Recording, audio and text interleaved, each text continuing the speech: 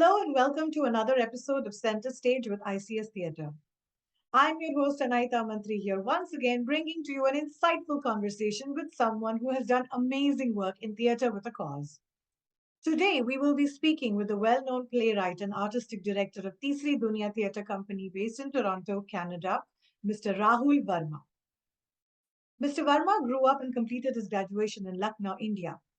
He then emigrated to Canada in 1976, and in 1981 he co-founded Tisri Dunya Theatre Company along with Mr. Rana Bose. Their primary focus was to create plays that spoke to the Canadian South Asian diaspora and to produce socially relevant theatre examining issues of cultural representation and diversity in Canada. In 1986, Rahul Verma became the company's artistic director and primary playwright. He brought with him to this position a belief that all art has a responsibility to reflect a reality beyond mere aesthetics, to ask the hard questions and to bear the ugly truths, to expose who we are, not how we wish others to see us. These beliefs became and still are the guiding principles of Tisri Dunya Theatre. Mr. Varma has received several awards, such as the Honorary Membership Award in 2020 by the Canadian Association for Theatre Research, Equity, Diversity and Inclusion Award by the Montreal Arts Council, South Asian Theatre Award, Jurors Award for the play Isolated Incident at Quebec Drama Festival, Montreal English Critics Circle Award for Intercultural Theatre, and many others. He has been the recipient of funding from the Canada Council of Arts for many years throughout his career in theatre and boasts a long list of published plays, books, and articles. Through 3C Dunya, Mr. Varma has also established a legacy of encouraging and developing new voices in the theatre world. 3C Dunya's more than a decade-old Fireworks program has helped young, diverse playwrights acquire the skills they need to gain a footing in Canada's competitive arts environment. It also has initiatives like Going Public, a project that collects first-hand accounts of sexual assault and harassment and transforms them into dramatic performance and sharing our stories, telling our lives, a project that allows Black youth of Montreal to share their accounts of discrimination through theatre.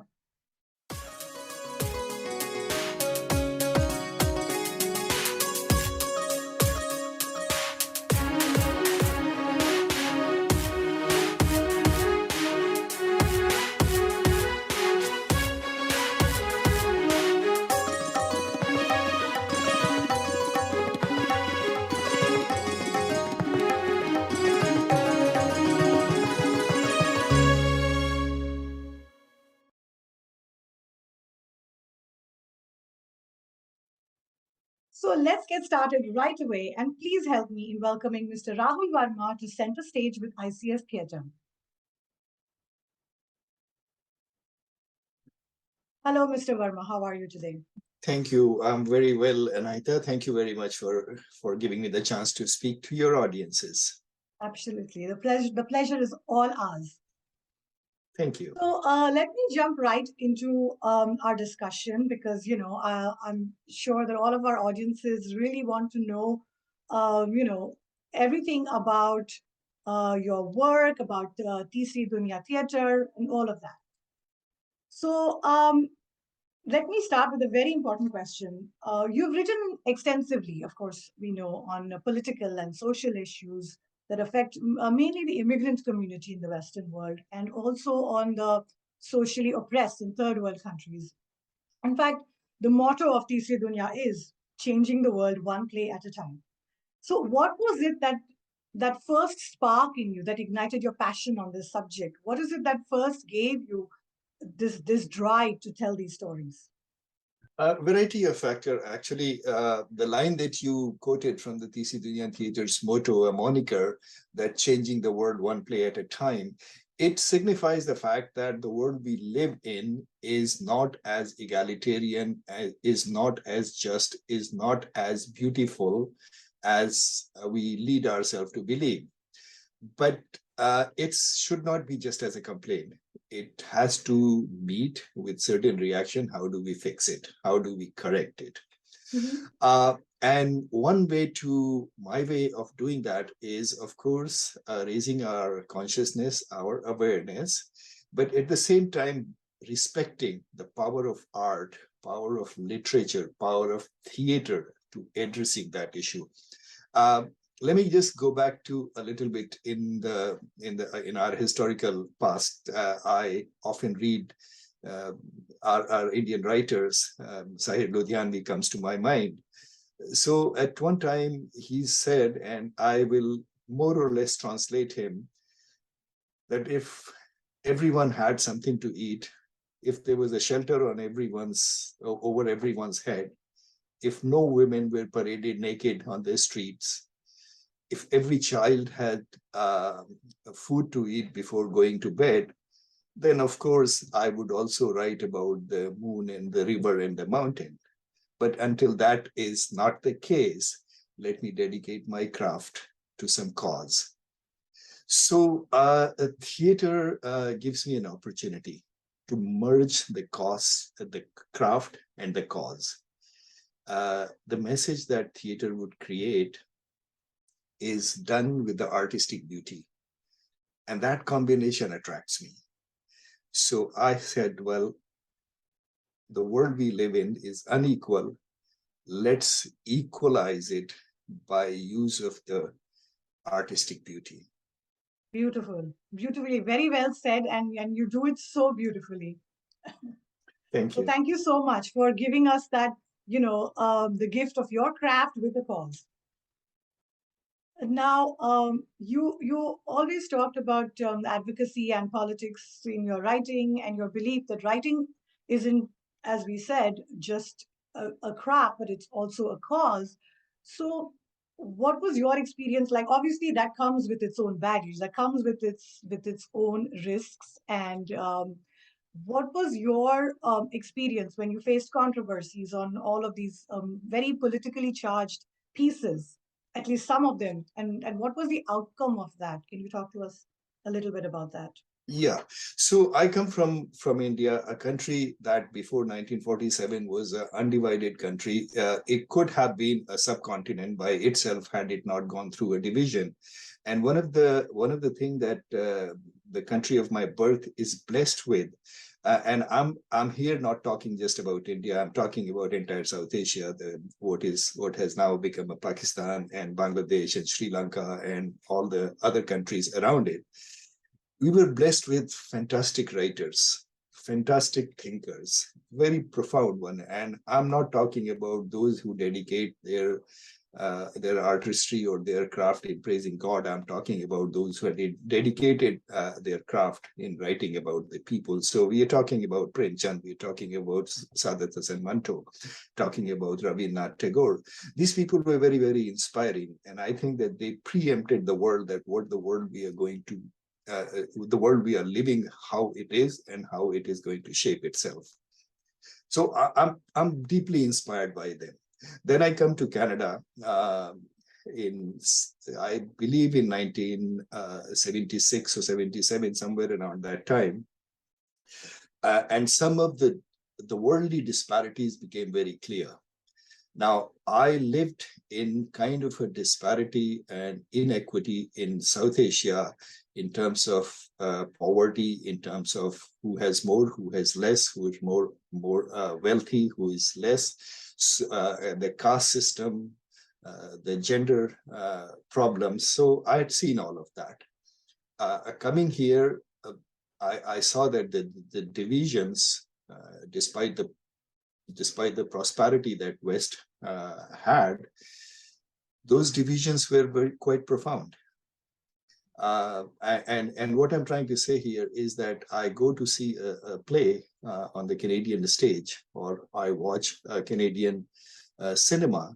The people of other persuasion, people other than white, were completely absent. Hmm. And it just simply did not make sense to me, is that you on one hand say, well, the entire world is a stage, and you forget to represent all the other people who constitute the survival of your political economy. So true. So Tisi Dunia Theatre was formed with the idea that there are people in the world other than white people.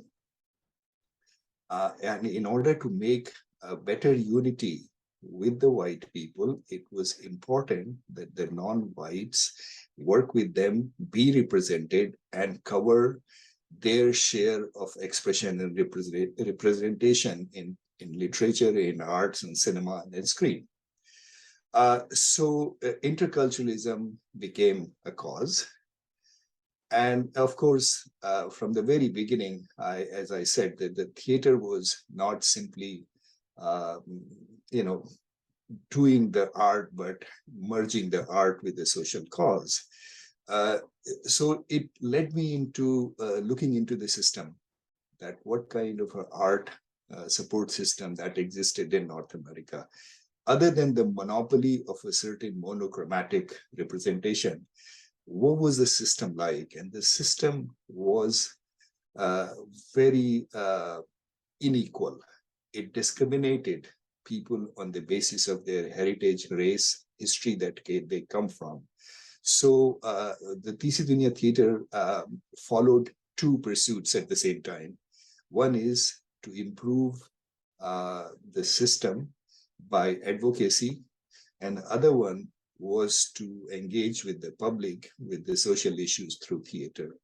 So the unity between these two was it was natural. We could not do that. Well, leave the advocacy, only do the theater, or just do the theater and not the advocacy. But then advocacy opens itself to the other areas. Content of the play itself leads me into managing another kind of advocacy that becomes very important. And I think if the opportunity comes, I will speak about it. So, but coming to some of your very popular plays, for example, many of our audience members have been familiar with the play Bhopal. Yeah. Which was a play that you wrote in, I think, 2004 about the, or 2001, I believe, about the 1984 Union Carbide pesticide factory explosion that killed and disabled thousands of people in Bhopal, in India. Now, you were already living in Canada at that moment. What was your motivation for exposing that ugly truth of the capitalist society and of globalization and its effects on a very small poverty-stricken town in a country like India? And then what came about from that? Because obviously, I'm sure there were people at many levels who were not happy about what you were saying. So yes, so that's a great, excellent question. This happened in 1984. The Bhopal explosion happened in 1984, but the 1984 was also exemplary year for India, because it was also the year, little before or after, was the violence against the Sikh community unfolded, and it resulted into severe atrocities. The street crime. I think there are thousands and thousands of people lost their lives. Now, the political side of it aside, we don't have to settle our scores by killing people. So historically, it was a very turbulent year for India. And when this particular incident happened, I mean, I was already bothered by that. When this particular incident happened, I was sitting with some friends of mine in a cafe, having a coffee. And in those days they used to have the television screen hung on the wall of the cafe. So I was just looking at it, and suddenly the image has changed. From what used to be sort of the Canadian entertainment TV, suddenly I began to see outpouring of the images of the dark bodies in pain. And it drew my attention that, well, something has happened and I may have something to do with this, because those people, they look like me, those who were suffering. And that television informed me, that news informed me that the explosion had occurred in India and the people were dying like flies.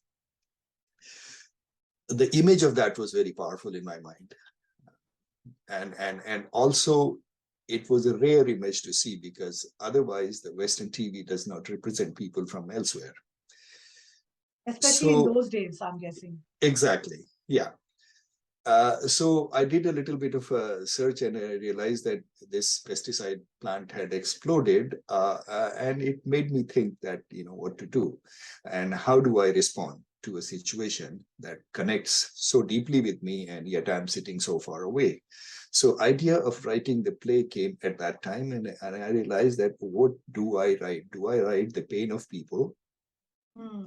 It's indescribable. The pain is always relative. It's indescribable. You cannot really say that I have described somebody's pain. What led me to do a deeper thinking is what's behind that pain. I was very clear that the capitalist system was behind the pain. Capitalism is not for people, as it says. It is for the corporate benefit, for the monetary benefit of the very few. We should be very careful, and I absolutely don't mince my words on that. It's about exploitation. Capitalism's other word is exploitation. It will use your labor and exploit you. It will survive on the basis of labor that you do, Mm-hmm. and deprive you by giving you trickle down economy. Now, that said, uh, going back to how do I express this, I saw a film, a documentary film made by some friends of mine, Tapan Bose and Suhasini Mule, a film called Bhopal Beyond Genocide. And in that film, image of a child by the name Zarina was displayed. And she was the first recorded birth after the explosion. Mm-hmm. And I can literally, through on that film, documentary film, I could see the camera focused on the body of this little girl.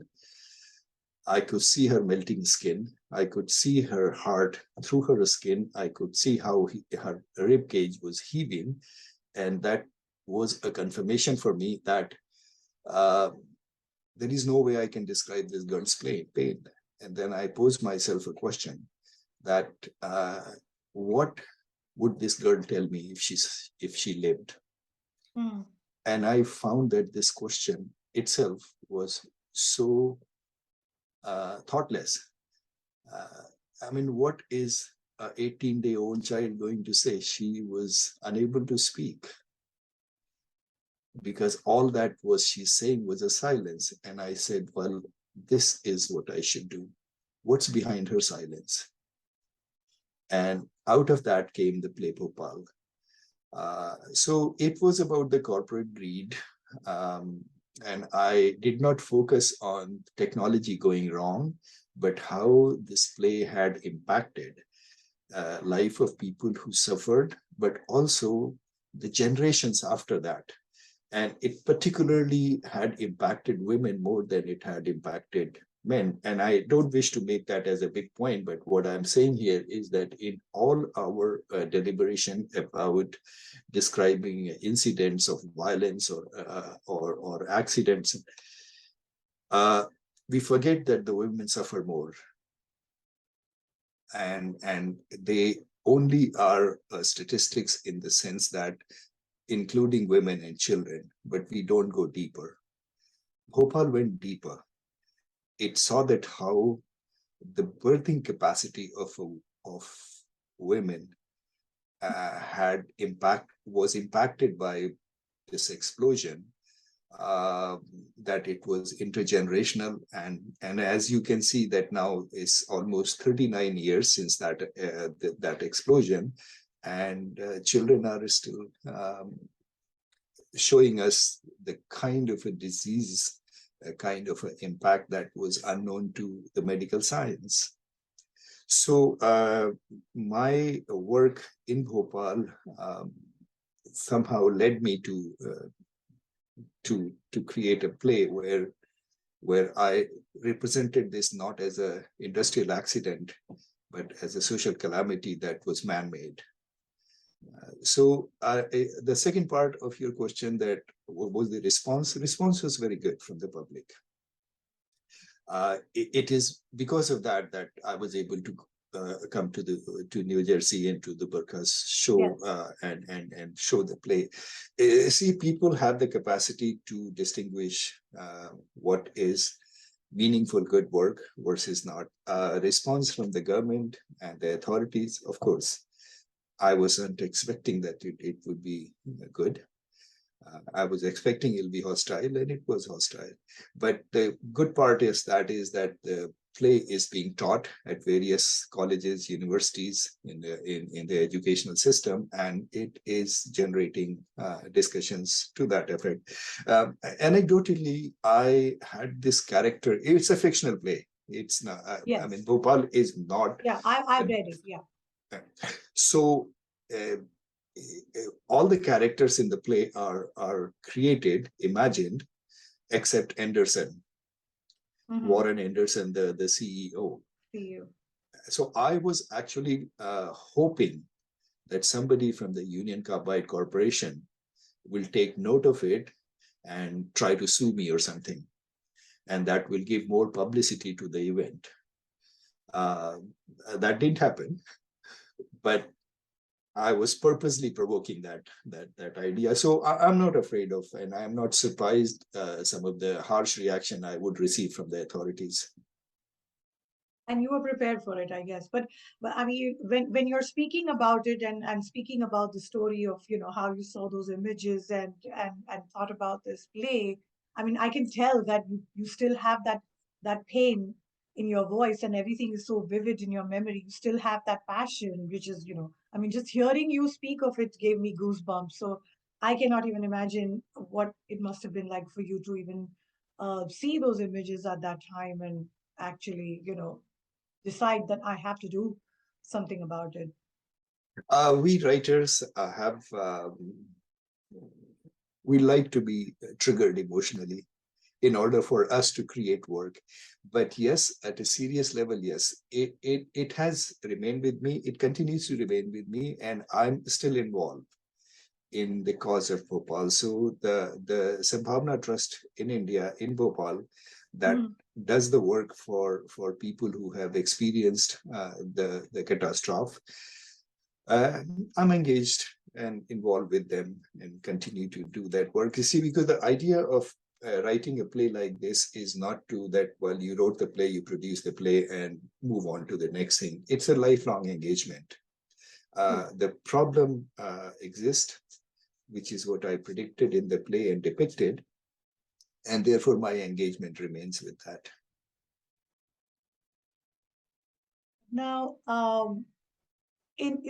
also, being based in Canada for so many years now, you've written a lot of plays which really poke on the subject of racial injustice or the social disparity in Canada. And like you mentioned earlier, talking about the representation of the colored community in Canada. Even at that time, I'm sure it was much more difficult back in the 70s and 80s than it is now. And then you wrote plays like Truth and Treason, which goes more into the geopolitics and the impact of war on places like Iraq. So you really got like a gamut of things and talking about various social and geopolitical and issues of injustice and genocide, and just the list is endless. um what gives you that inspiration to keep going on? I know you've kind of already answered my question, but in terms of when you look at the future generations, you're looking at who will carry this forward, and what is your maybe your um, something that you would inspire in the youth to Well, take this forward? well, we see that. Okay, I mean, I think that in few lines, you've given me a big range to answer, and I try to answer as best as I can. What inspires is very simple: the human experience. see, we cannot be oblivious to human condition, and we cannot ignore the human experience. Sahil Lidhiani used to say that whatever I learned from the society in the form of experience, I return it in the form of art. So I thought that there was a beautiful way with which he described, and I think that's what the people who have inspired me, as I mentioned their names at the beginning of the of this. And I am lucky to have a family, kind of a family. My grandmother, my wife, my daughter, my mother, so all those people are very inspiring, and they are you keep uh, encouraging me from doing that. Now, the question of the racism is it not just the Canada? It's North America. North America, and I must preempt it by saying is that I did not learn racism in North America. I learned it in India. I was born in a country which is loaded with the caste system. There could be nothing worse than that. But coming here, well, you would expect that the things would improve, and you begin to look into the history. The North America's history is a history of colonization, so there could be nothing very good. And it can survive, the colonization could survive only if it is racist, if it pertains to racism, and it continues to do that. Fortunately, we are in a phase where we're trying to address that in some capacity or the other by equity, diversity, inclusion, decolonization, so on and so forth. So it was but natural that I would respond to the racism that structurally existed in this thing. But the way to address the racism was not to really be anti-racist, but also build the racial relationship, build the racial respect. And that is how I began to write the stories which were very intercultural, where people who needed to be represented from various persuasions existed in the same story. So now America fools itself in a big way. It's a very militarized state. And the problem of the militarism that exists in America is not a problem of the countries that America attacks. It is primarily against the people of America who are left ignorant of what their government is doing elsewhere in the world. Now, 9/11 was, of course, a very horrible act. I do not condone any point of it, not at all. But we had to see that was 9/11 of 2001 was the only incident. Were there no incident before? I have to see in the history that the US funded dictators all over the world, and when they outlived their significance, it declared a war. So I'm very opposed to the terrorism. But I was also interested in exploring who the real terrorist is. And the war on Iraq was not to end the terrorism, but war itself was the terrorism. We don't solve the problem of the world by war. We solve them by negotiation, and in fact, we solve them by dialogue. So in America, a lot of plays were written post 9/11, which address this issue, but they all address from the perspective of, not all, but majority, from the perspective of the returning soldiers who returned back home, suffering trauma because they saw something that they did not anticipate. Well, come on, you went to attack another country, you killed 650,000 Iraqis, and you went with the gun, and you were saying is that you did not anticipate that's what you would do, and then I'm supposed to sympathize with your PTSD and not care for what happened to 650,000 Iraqis. Iraq will never be the same, and you can see it has been destroyed. Wasn't the best of the country, but it is much worse today. So at that time I said, well, I need to write a play unlike most of the American war stories have been written.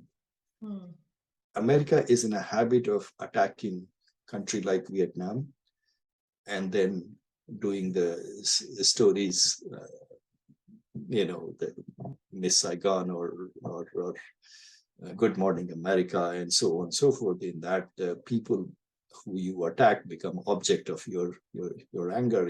Heavy metal jacket, things of that sort.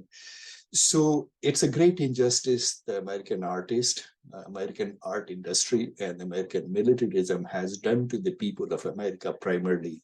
So in the midst of that, I thought that it'd be good to write a play which presents the alternate perspective. And that was so in Truth and Treason, the Iraqis represent themselves. They are not simulated by the experiences of others. And the idea of the genocide, the play that I did, State of Denial, on the genocide in Rwanda and one in Armenia. Armenian genocide is contested. The Rwandan genocide was much talked about. And I said, well, let's extrapolate the two of them and try to see, how have we addressed these issues that occurred 100 years apart. But main part about the State of Denial, the play on genocide, was to tell this story from the perspective and a standpoint of women. See, women suffer a lot more in all these atrocities, even in the hands of the civilians, even in the hands of their own people. Yeah. So this was the story where I took the women from two continents apart, from several generations who were trying to figure out who they were, and then they realized that they discovered each other's history, and they both living the hidden history. And what's behind that hidden history is the geopolitical war that had caused all that. So, so I think that I wish I have a luxury of having a very pleasant subjects, but the world continues to give the difficult subjects. Well, so let's deal with them. And so we need more people like you who can look at these things from the alternate perspective, from a different perspective. It's so interesting to hear you talk about, the way you look at war from a completely different angle. It's, it's absolutely eye-opening and insightful to hear things like this. And um, we need more people like you in the world to Thank carry on you. this great work. Now, let's talk a little bit on a lighter subject before we end. What are you currently working on? Can you give us a little insight on what's in the pipeline right now? So in 2020, I was producing a play called Counteroffense. Counteroffense is a play I wrote in 1995, and it was a play addressing the violence against women, the domestic violence, intersecting with the question of race. So once again, the approach in the play was to not just create a conflict of the theater, but conflict of virtues. The violence against women must end. The racism must end. What do you do when the two collide with each other? The play was quite successful in 1995, and I tried to remount it in 2020 with the idea that, well, how much has changed? The play was shut down in 2 days because of the COVID. And I tried to remount it, was not successful. But as I talked to you, March 15th, we will reproduce the play again this year. But I had this 2 years of COVID time. And so I used that to create new works. So in those 2 years, I wrote 4 new plays. Wow. So that was a great use of my time. So briefly about that is I wrote a play called Dhara's Revenge. It is about actually focusing attention on the elderly women, elderly South Asian women, who there are many, and we tend to do sort of, it's play about ageism primarily, but it's a comedy, and it's not something that comes naturally to me, but I think I did a good job of that. So the women, elderly South Asian women, diasporic women, they need to have more fun in their life than we let them have. So this play is a little bit on that. I also, in the same way, wrote a play called Merchant of God. And in that sort of, I suspect that I will have a trouble when I open this play, because I'm talking about these gurus who have become overnight millionaires and selling their spirituality. Ah, But so many of them are, engaged in illicit work, financially and sexually and all that. On a serious subject, I am writing a play called Kali's uh, Kali's Dance. mhm. It addresses the issue of the sex selective abortion, a practice by which the parents determine the sex of the child, and if she happens to be a girl, they abort her even before the birth. The practice is very dominant in India, but it has filtered in the North America also.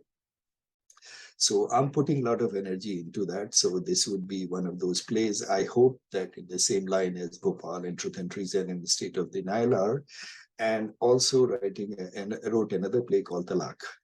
So Talak addresses, it's just the freedom of women to determine the course of their life. If they want to have a divorce, so be it. Why should the system prevent them from? So that is sort of a pretty loaded 4 new works I have, Yeah. and investing time in there. It was a Yes, great fun. 4 very different types of pieces, and very interesting, and of course very poignant at the same time in the current times. So we look forward to many more great works of art from you, and thank you for inspiring so many people to do and to continue to do this work. And we wish you all the best with for yourself and your and Tisri Dunya Theatre. Thank you so much for taking the time out to talk to us. It was lovely having this conversation with you.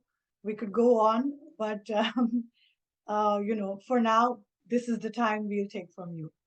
And I want to thank you very much. Thank you very much for your very precise questions, the patience with which you.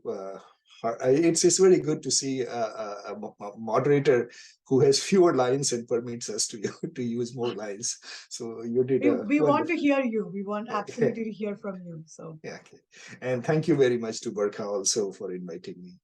Thank thank you. you so much. Bye bye. Bye. And now, folks, it is time once again for our theatre highlight. We had a great conversation with Mr. Varma about the issue of social and political exploitation and the matter of racial injustice. But there is so much more to this decades old subject, which is extremely relevant in today's political climate. Mr. Varma's plays are multidimensional and layered with human emotions. While the plays stay true to themselves and never lose sight of the main idea and the motive behind the subject that it set out to bring to light, each play unravels a different sentiment of human experience. It speaks to your core and it makes you question and think about how it would feel to actually be living that experience in that moment. This is the definition of true art. Please check out their website, tsridunyatheatre.com, for more information on this theatre group doing some very important socially relevant work where art is not just for art's sake, but it is a reflection of reality itself. That's it from me today. I'm your host, Anaita Mantri, signing off. I'll see you next time on Center Stage with ICS Theatre. Until then, please take care and support the arts. Thank you all for watching and have a great night.